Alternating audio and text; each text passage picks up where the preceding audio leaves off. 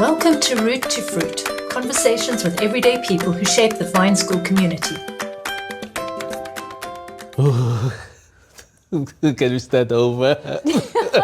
I should introduce our family. Well, that's a strange one. Eh? We're supposed to be doing it every day when we meet people. But we're a family of four, married for 13 years now. It's going to be 13 years this year.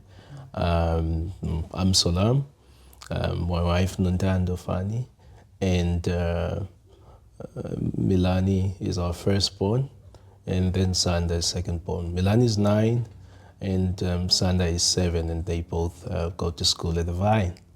Yeah, that's the short intro. I can give a long one if needed, but that's a short intro for a small little family. Mm-hmm. Yeah, that'll be that. Yeah. Yeah, and maybe if I can add, Yes. Originally from the Eastern Cape, so our parents are both in Eastern Cape. I grew up in Cape Town. Yes, so that would be the extended side of family. Yeah, so I'm the Eastern Cape guy, and I met a Cape Town girl. Cute girl. Yeah, yes. Right. Thank you. How did you meet? Oh my God, they're my favorite parts. So we met on campus in 2010. You were doing your master's at CPUT, Chemical Engineering, and I was doing my first year, same course. But that was all in terms of, the guy who's doing his master's, lecturing and tutoring here and there. But then officially we met at church. We were both serving at His People campus ministry. And we really became very good friends. You would buy me groceries when I didn't have anything. And I would go with you when you go for your guitar lessons or to the shops. But we were really good friends. So I think that's where we met. And you proposed on campus, but you were broke at that time, so we couldn't get married, but All right. Sure. All right. There you go. Yeah. See. How long were we together before having children? We got married in 2013, and Milani was born in 2017. Yeah, so just over 3 years? Mm-hmm. Yeah, almost 4 years before children. Yeah. Oh, it was a great time. It was. A great time of life. Up at Yes. night. Yeah, that's sweet. That's sweet. All right, let's see. Why did we have children? It's coming to me. Yes. I think we had children because when we got married and before married, we always knew that one of the purposes of marriage, yes, it's to glorify the Lord, but it's also to increase and to expand. So, that is we really wanted kids. Yeah, I still remember when we were on campus, and one of the campus leaders, was just asking us, what would you like to be, or what do you want to be when you're older, and of course I don't think I answered him right, but I just had this urge to become a father, and I said I want to be a father. I still remember those days, and I think I always knew I wanted children. Wanted between 5 and 7. Sure. So, And then now we're at 2. Yes, so we still at 2, Thank you for asking me. What is the best thing about being a parent? Sure. I think the best thing about being a parent, it's to really pour our lives into our kids in hope that one day they will be first desire to be saved, to pour out our lives, that they may be responsible men, pouring our lives, that they will, their minds will be open to many possibilities. Yeah, I think that is what I really enjoy, and just knowing that I have been entrusted to raise children. Yeah. All right. Good. Cool. What is the hardest thing about being a parent? Sure. Hardest thing. I'm just thinking. You know, there's quite a lot of, you know, I think one thing that surprises you, like you're saying, you know, why did we have children? I think I already knew that it's sort of a ministry, and that I knew that, you know, it's just one way that God sanctifies you, but you're never ready for that. You never, even though you know you're never ready. So it's I think the hardest thing is knowing that you're a sinner, and you've been given, you know, this authority, you know, to raise these children. They're not yours, you know. You're borrowed for a time, and I think for me that's really the hardest thing. Knowing that, and knowing that I myself, not just them, but I myself am a sinner. So many times I'm gonna make mistakes. Yeah, so I think so. Yeah, and it's just amazing how they expose us, how the areas that we struggle, being impatient. I mean, you see the worst of yourself. I think that is very hard sometimes to accept that I am such an impatient person. I lose it at times, and I think that really also brings the hardness of parenting. Yeah. This one is mine, and then let me ask. What has surprised you most about parenting? Sure. What has surprised me most, I think parenting in general. I'm just thinking about the book we did at the school. What was the name, goodness? For the Child's Sake.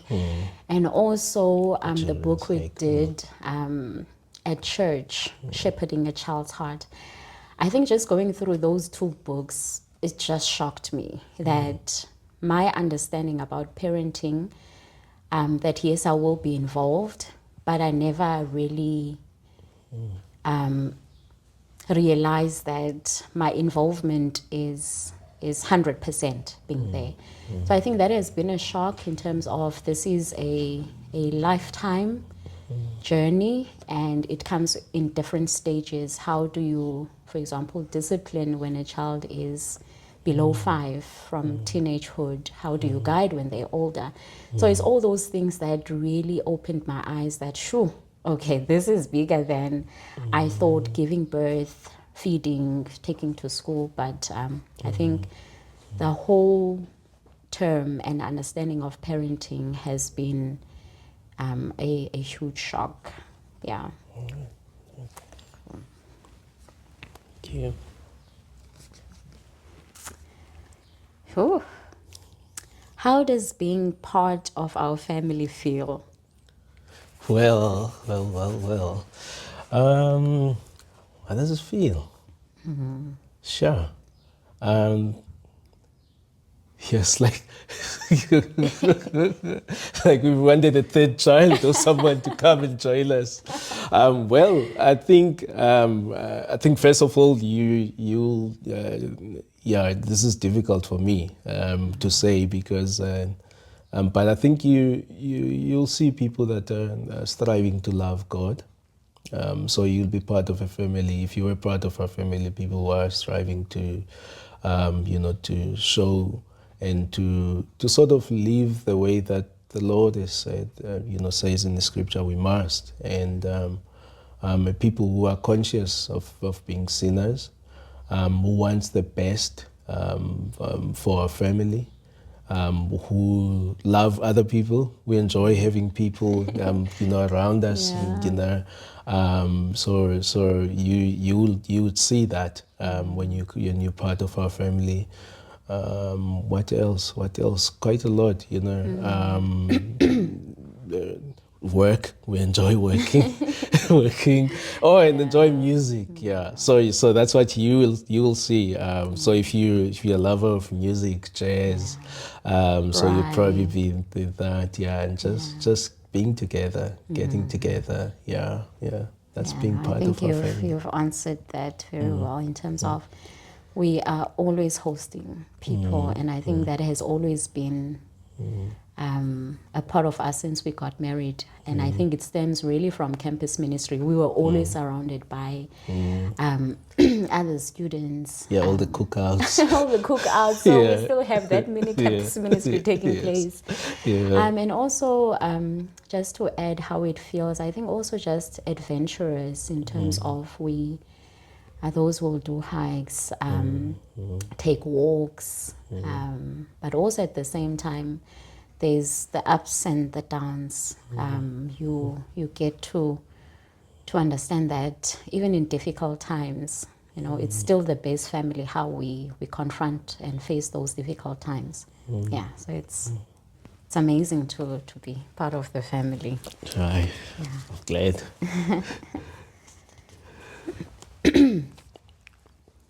What do you remember about your childhood?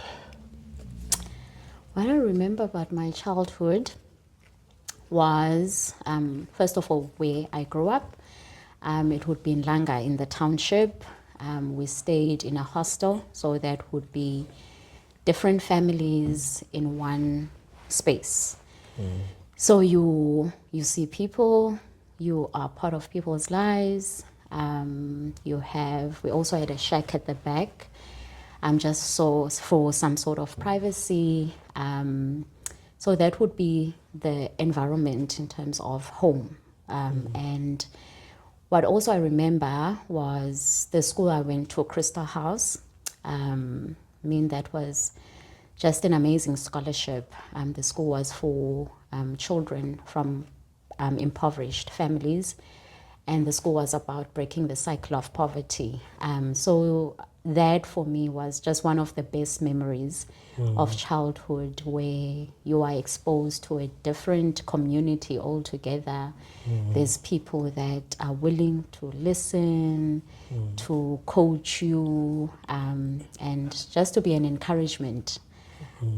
There's something completely different to where you are coming from. You know, hostel is like one is cooking there, the other people are drinking, the other ones are having their own life. So there's no really focus. So the best childhood memory would definitely be just moving away from township for a few hours of the day.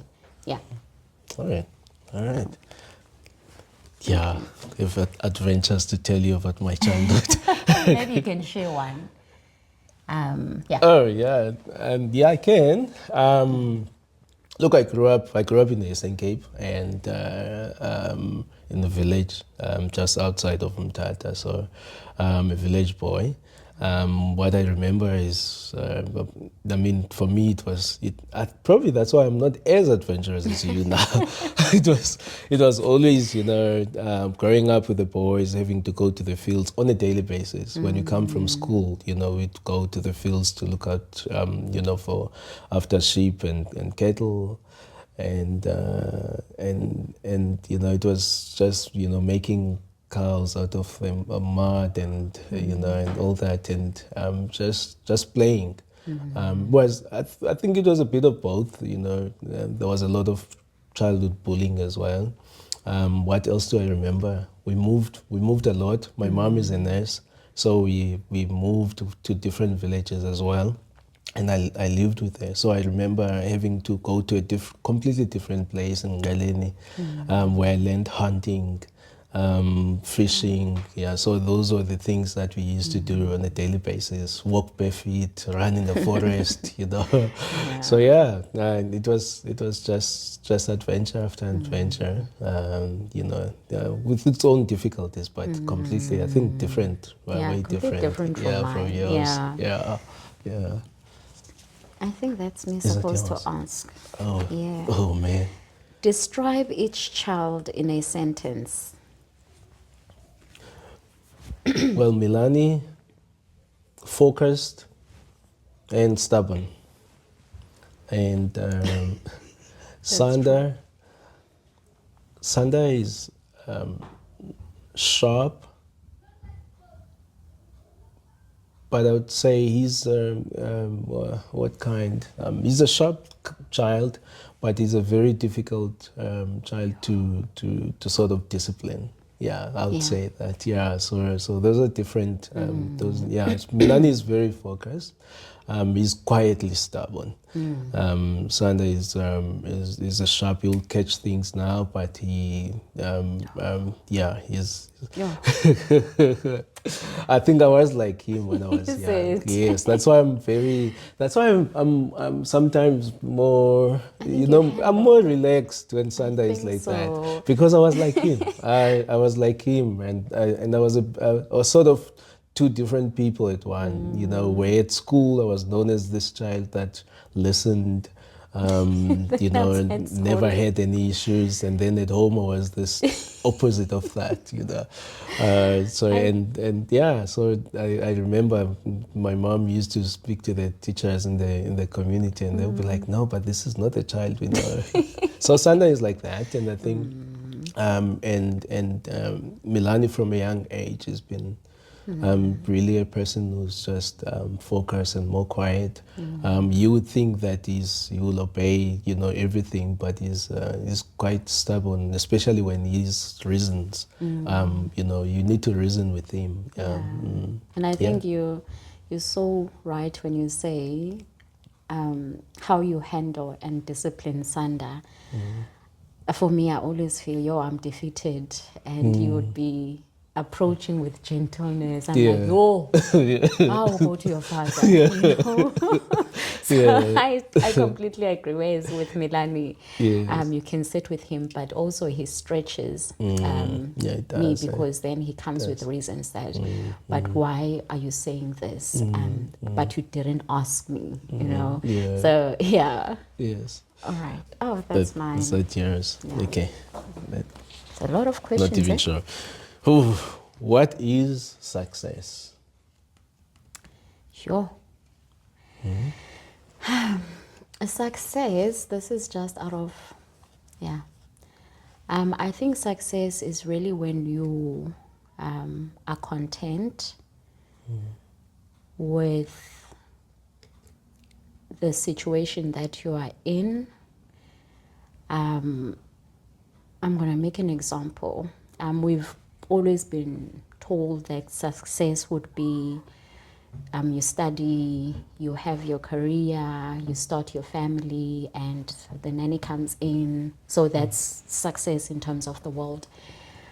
I'm saying it's being content because, there was a time where we were both not working, and it was such a beautiful time of our lives. And yes, we didn't have much, but that being grateful, being content of the situation, I think for me, and also the freedom that you get, I think that would be my definition of success.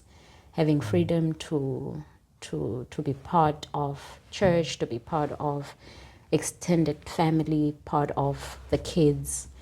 I think that's my definition. It's not, the other success is not wrong in terms of career and all these things, but I think that's my definition. Unless you have something different. No, I don't. No, I was interested because you said the other one is not wrong. Okay. But then it's not what you would choose. Yes, it's not how I would define my success. Okay. I think. Would you advise a person then to say, who says that that's success, to follow that route? I think so. As long as a person is content in the with the situation that they are in, it's not really about accumulation of so many things, but what you get out of it, the joy, the freedom. That's why I was mentioning those things. That's great success, and hence I was quoting for us when we had limited resources and finances. but it was such a beautiful, successful time, you know, even though we didn't have anything to show, but how we felt as a family was, there was nothing that compared to that. Yeah. Right. Cool. Okay. It's yours. Yes. Our children, what do you hope they become? Well, I think ultimately I'm hoping that they get saved and they will see the Lord and be with us. You know, I think that's every Christian parent's hope, because you only really have so little time in this world, Yeah. but you have all eternity to prepare for. So for me, I think ultimately that's what I would wish them to be. And then secondly, here, I think the view should always be that we look so much forward to heaven as a saved people, in such a way that we immerse ourselves so much in this world as well. Some people, let me explain. Some people look at it this way, that you're so looking forward to heaven for the Lord's coming that there's nothing for me in this world. But it should actually do something different. Where I wish that my kids, if the Lord saves them and is gracious, they will they will serve with everything they have in this world. The fact that we will receive new glorified bodies in heaven should make us, say, let's serve with these ones. Let's give everything we have in this world with these ones. And then I think for me, any career they choose, anything that they would like to do, I think it should be something that will honor the Lord. It should be something that will serve people, all people, not just the people in the church, but all people, knowing that every person is made in the image of God, and therefore each and every person has an infinite value before God. If they can grow up to be people like that, people will not discriminate on any basis, but they will look at each and every person as a person who's made in the image of God. That's what I would hope them to be. Yeah. Sure. No, thank you so much. I think just to add on that, I've been praying for the boys, and also our conversations sometimes when we're hiking would be the desire to have a wife that is God-fearing. I think that's just one of the biggest hopes also after salvation and being servants, to have a wife that fears the Lord, a wife that will want to serve the Lord, the family, and the church and community. Because I just can't imagine having a wife that is opposite, like Jezebel. or not having wives. Sometimes it's a good thing. I mean, some people that have served the Lord didn't have wives. So yeah, I think for me as a parent is just at whatever point would be to support them. And I think and hope that they will get the foundation that they need to be able to make such decisions. All right. Was This my one comes to question? me. Yes, it was your okay. question. And this one. It's quite a lot. It's done. You guys are doing great though. How do you have fun with your child or with your children? I think I've started already. We do quite a lot of hikes. We do walks as a family. We read. We go to the library for chess. We were there yesterday. We're just open to anything that they would like to do. Baking together, learning how to cook together. think we enjoy. Yeah, and there's sports as well. The sports, Soccer, going to they soccer play together. the club now. Yeah, so yeah. Yeah, yeah. So it's literally everything that they would want us, and also what we would like to introduce. Yeah. All right. Cool. Right. How is each child like you? Shouldn't be the other way around. Now it's like you, not me. I don't know what I'm like. I really don't. Yo. Let's start with Umila. Do you wanna always answer that question for me? Let me. Yeah. I think with Milani, you always say, "Oh, Milani, you like your mom," because exactly of that, one can be focused. Like I want to not be distracted.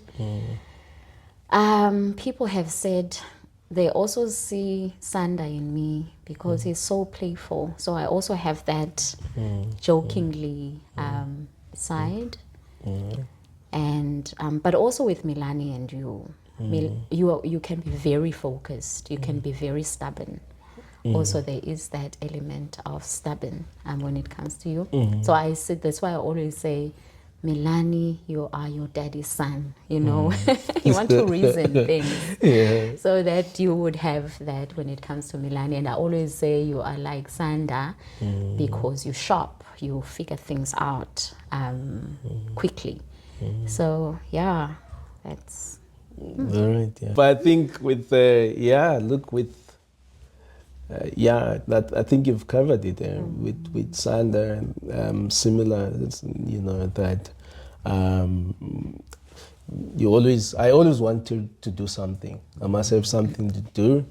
One, and then the other thing that I think both of us just love is just being at home. yeah. Not anywhere else, Other people are going to the mall or going anywhere. No, I just want to be at home. So Sana is like that. If you are out for a long time, then unless you're out for a hike or anything, but if you're somewhere, then you just want to be at home. Yeah, I think with Milani, I've spent so much time with him. We sort of enjoy adventurous cartoons together, different characters, and I think he's more like me when it comes to that, which is different. Sana doesn't like that, yeah. Like you said, Milani always wants to work. He's asked now to go if he can go to the workshop and work. And work for money. So I love working and enjoy that. Yeah. So, but I mean, so how are each of the boys like Nontando as well? Yeah, and in a way, I think Milani is more like you, eh?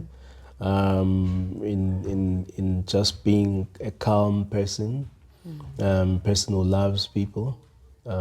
He loves children. When we have small kids at church, he always wants to come and kiss and touch the kids. So Milani is like that.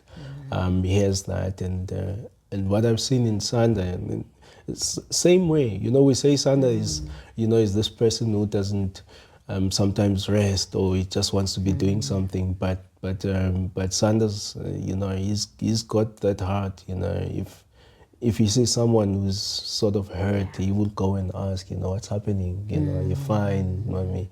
Even with you, you will say, are you fine, mommy? And then he's actually not well. So I think more like you in that you're a person who listens, and I think. I mean, it sounds like the opposite, that Sana doesn't listen, but in some instances, Sana actually wants to, listen. He sits and listens to the person. Yeah. Thank you. That's yours. Is it mine? Okay. Yeah. Perfect. Who's asking the question now? Me. All right. Yeah, that's it. Why did you choose the Vine School? You actually love the Vine School. Okay. More. Okay. Honestly. Okay. Yes. I went to view a school, Christian school. I remember that time you were at work and they had an open day close to us. And I was so happy. And then you asked if we can also check out other schools. I'm like, oh, this is quite a drive. This one is so close. And we came this side, and I remember when we walked in, you were like, sure, okay, this is interesting. I know I haven't been to the school you went to, but there's just warmth when you come in. And I remember we were meeting Mr. Smith that day, and I think after that meeting, you were very convinced, and I think I was super convinced also. Just the environment that we experienced when we came in, and also just asking questions that day about the school and the interest he had also about our family. I think it was the very first time where we have someone who will ask those important questions about how are we raising kids, how are we making decisions. And it felt very personal. The school felt like it's us. I think that was just, outstanding for us.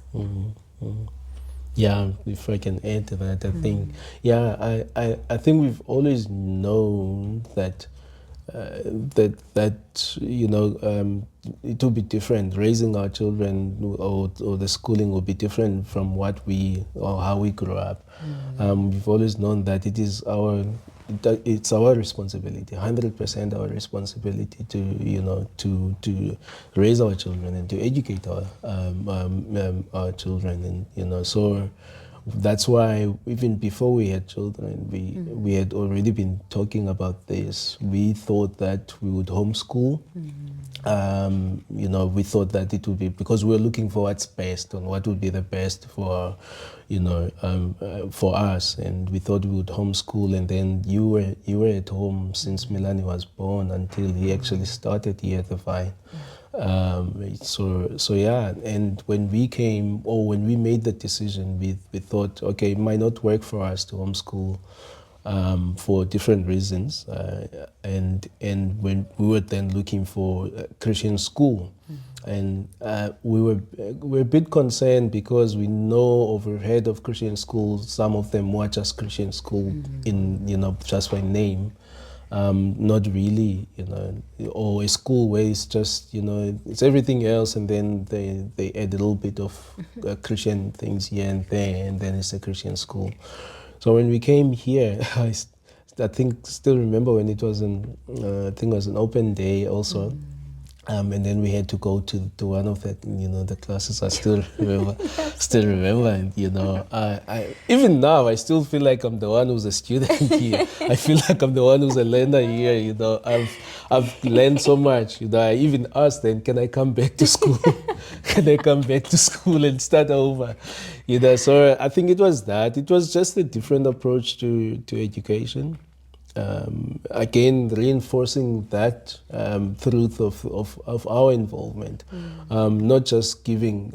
For me, the Vine, even now, it doesn't feel like I'm handing over my children to someone else as a third party to raise them. Which the way we grew up was like that, or the way at least I grew up was that we were handed over to the teachers, and whatever the teachers said and did, and that was it. And so they became sort of our parents in a way, whereas the Vine is different, and the Ambleside way of doing education as well is it's something that was new to us, but I think we've embraced and grown in loving this. So that's why we joined or we chose the Vine. Let me repeat this. I just feel like I'm a student here. I'm learning every time. I read when we read even Sanders' book, the short ones. There's just so much to learn. So much to learn. Okay. What is the most important thing about the educational experience? Well, I think the most important one is, it's one that gets repeated here all the time, is seeing the child as a person, as a full person, I think that for me is something. And then secondly is that you know that we're not just here. It's not.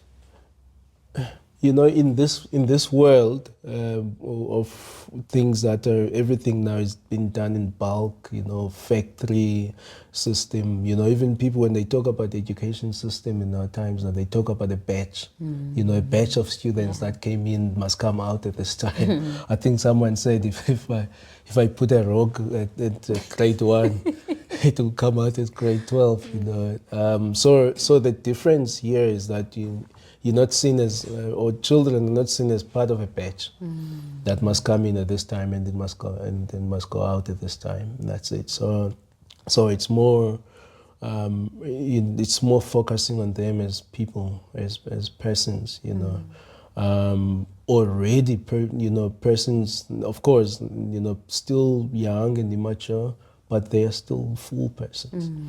I think for me that's a difference. It might sound like a small thing, but it's a major difference. It makes your whole way of doing things different, you know, when you see children like that.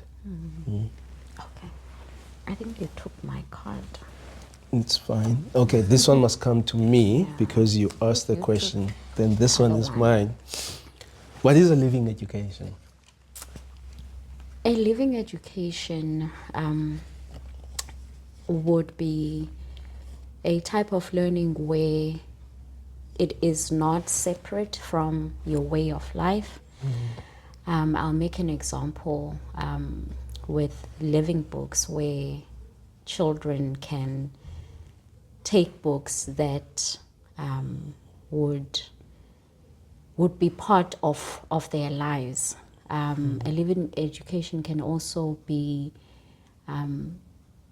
not limiting education to a book, but where learning can also take place outside, and wherever you are learning. So it's like education is an ongoing thing outside the classroom.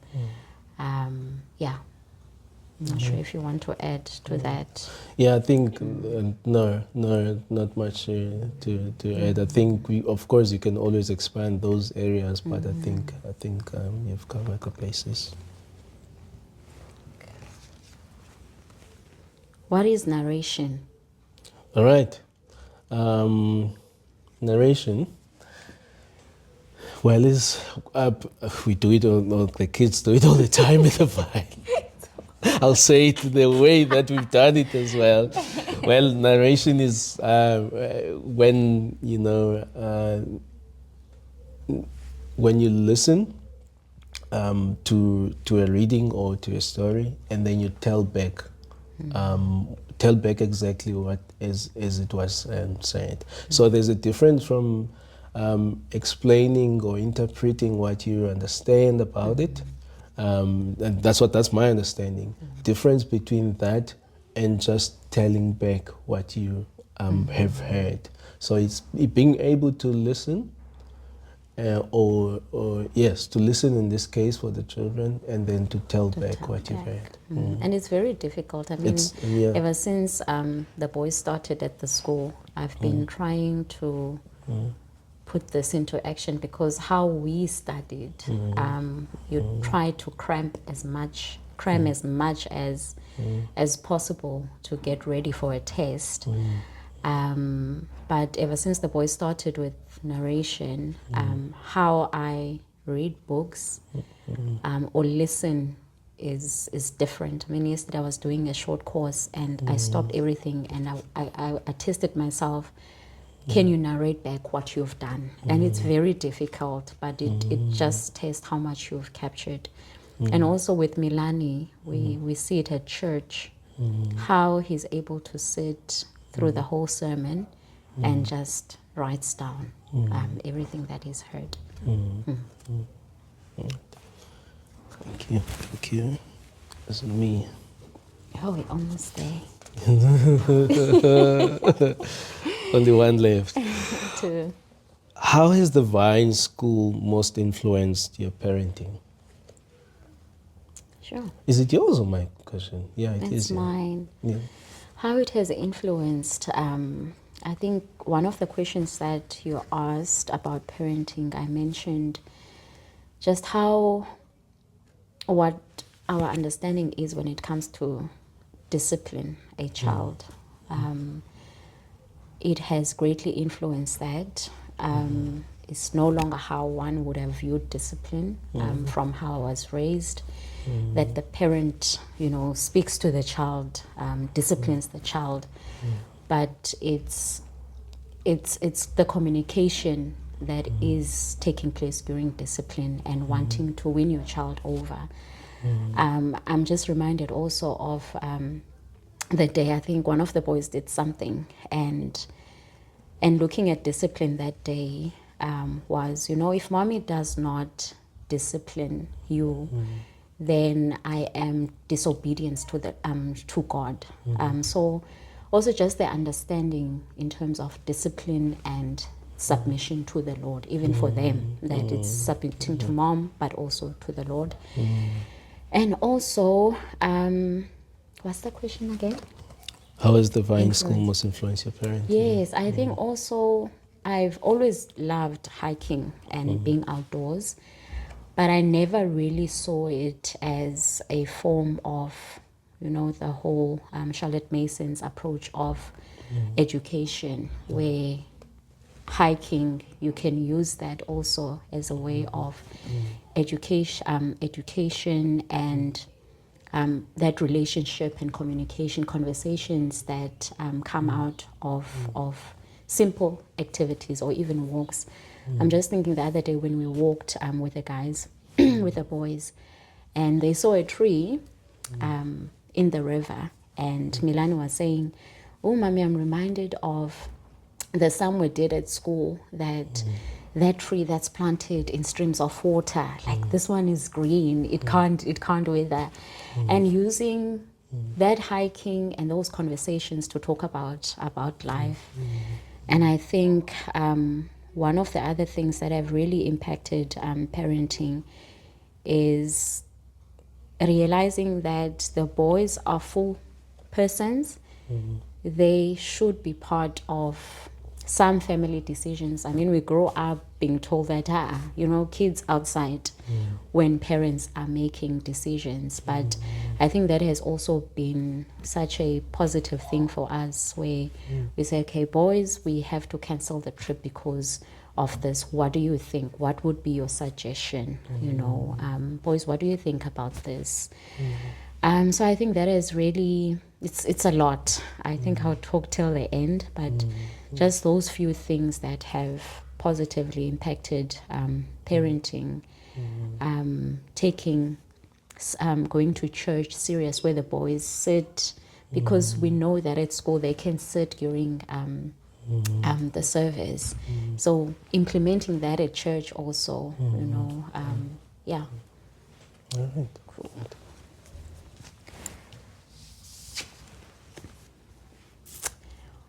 Would you recommend the Vine School, and why? Right. Definitely. I think, firstly, I said we were looking for a Christian school. I was actually thinking, and I know that even non-Christian parents have sent their children to the Vine as well. It's the I love history, so I especially church history. I've realized that also having studied science, I've actually realized that I didn't realize this, that some of the people that actually were known scientists were raised and became part of, or were part of some Christian schooling. Yeah. Actually, they didn't even set out to study science in their lives. So I think for me, it's the way of education this type of education that the Vine School does, classical education, is the best education that you can give if you are able to, to your children. It's been there, in the past. It was the main thing in the past. And of course, we've gone now to this system again. I'm going back to this. We've gone back to this sort of industrialization system where everyone is just lumped into this. You must take the stream, or you take the stream. If you can't take the stream, then you have to go that way. So for me, I think this is the best that you can do for your children, to raise, in terms of education, and as you raise your children. I don't think there is. I have not seen any other school that does it in the way that the Vine School does. That's the first thing. The second thing that, we probably didn't say it now when we were talking about why did you choose. It's just the community also around here, the diverse community. If you want to see, if you want to see what the future of our country looks like, come to the Vine School and you will see the diversity. You'll see the diversity in our children, and in the parent environment as well. It's just that, and so you're gonna have you have that, and then thirdly, we when I drop the kids and pray, we always pray every morning, and for the teachers, and the influence that they have on the kids. You come and see the teachers here, some of the best teachers in this country who have decided to come and serve in this environment, who are unashamedly Christian, who not only Christian in name, they're not just, oh, I'm Christian, tick, but that want to update, that they apply that in their lives. They apply that, and that they have the Spirit of the Lord. They apply that, in their lives. So yeah, that's why I would recommend the Vine School. Thanks. Couldn't have said it better. All right, last one for you. Is that for us? Oh.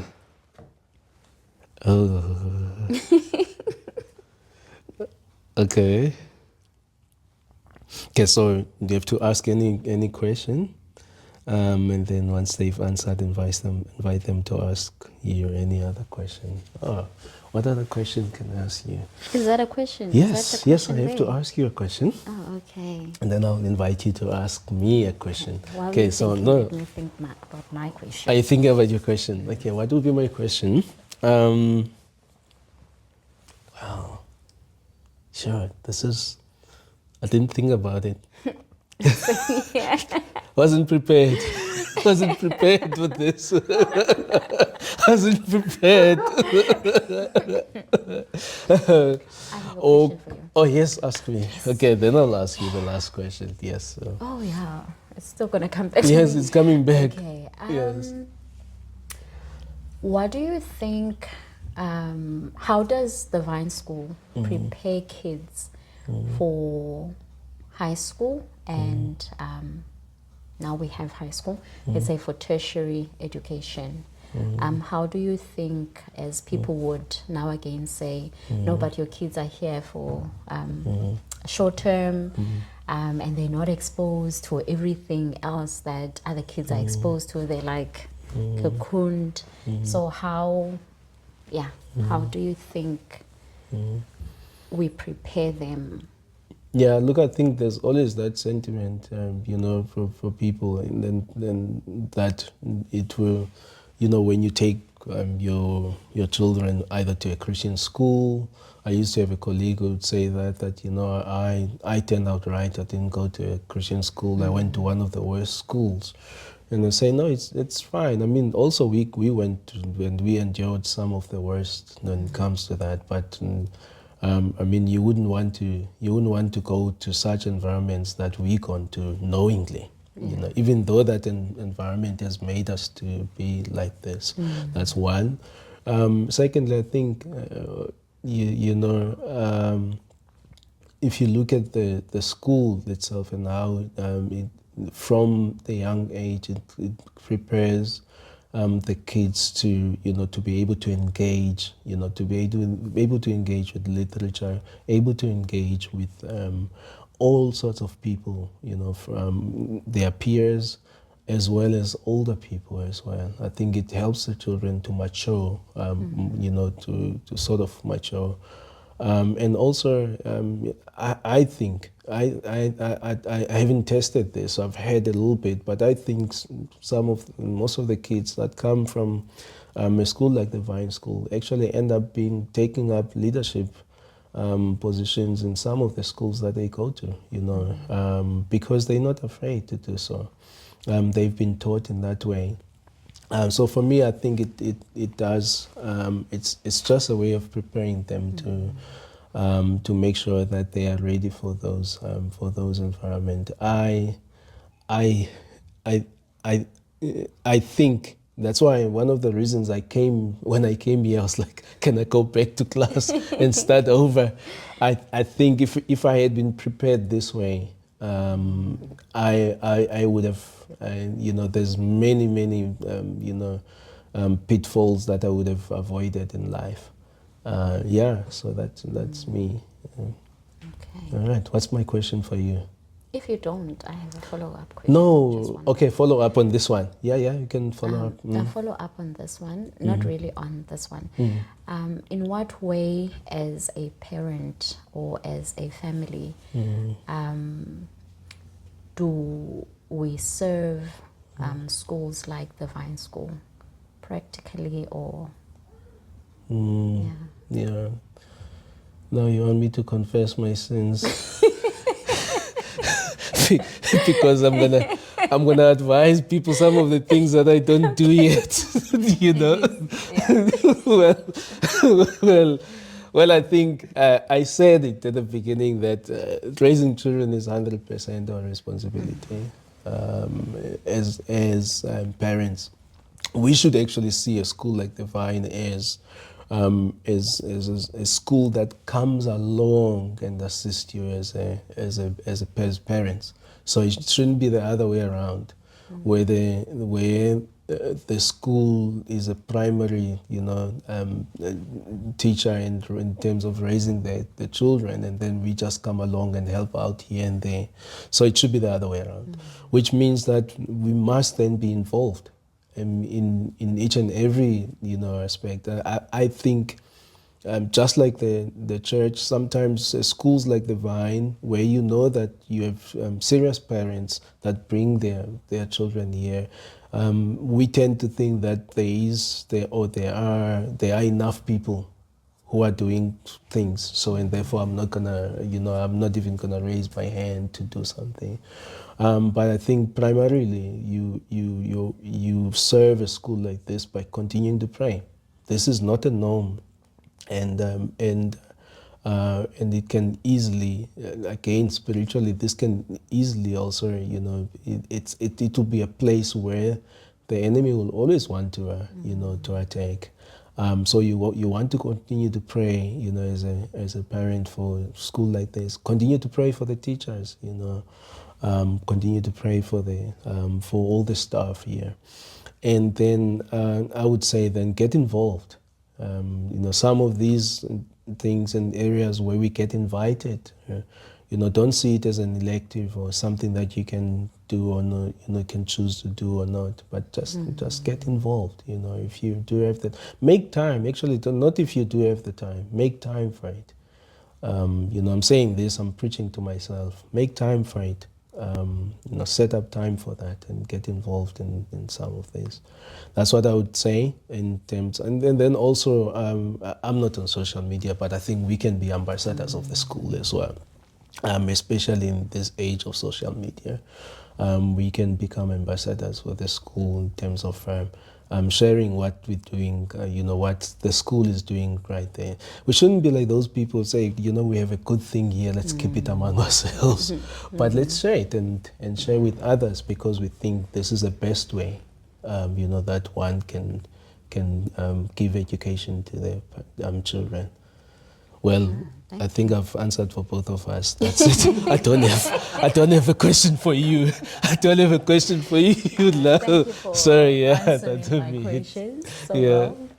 Thanks. It's been a strange one, but That's really interesting. yeah, it's an interesting one. Eh? Yeah, I think I think this was a good practice. So this one. You're gonna come again. This one will not be This one will not be published. Oh yeah. Oh, Yeah. Then. Funny. Yeah. Then. And now at least we know the questions. You know. We know the questions now. We can was come for the real one. Something I realized in one of the more recent recordings we did is just to. Parenting is wild, man. It's Yo. hectic. Yeah. Nothing really prepares you. Yeah. So actually, because the school's been struggling for a while. It's like, how do we engage with parents, and how do we help? How do we understand each other? And so the practice has been like, let's give the parents more information and more information, but you realize quickly more information is not the solution. No. But to be able to create a space where couples can talk to each other and just think about the things they already know. That by itself, I mean, parents don't have time. They don't have capacity. But if you can ask them to make time and allocate capacity, what I have found is that you really because sometimes you feel like I'm on camera. This question has been asked. Yeah. But like I've got nowhere else to be. So I'm happy. That's Because I know how hard it is to take the time to think about things that are important to you, but also how satisfying it can be to go, you know what, I've never thought about that before. Yeah. I'm so glad Yeah, I got that the we had opportunity to. just think about it. And so for me, like that's a lot of what the podcast is about. Yeah. It's not just, yes, we are recording it, and yes, we are going to share it. No, please A don't. couple being interviewed. Yeah. It's also time Yes, to just think for about them. the things that actually matter to you more than anything. Yeah, What that's matters true. more than you, your partner, and your Yeah, kids. and I think it helps because the conversation just continues. Eh? Yeah.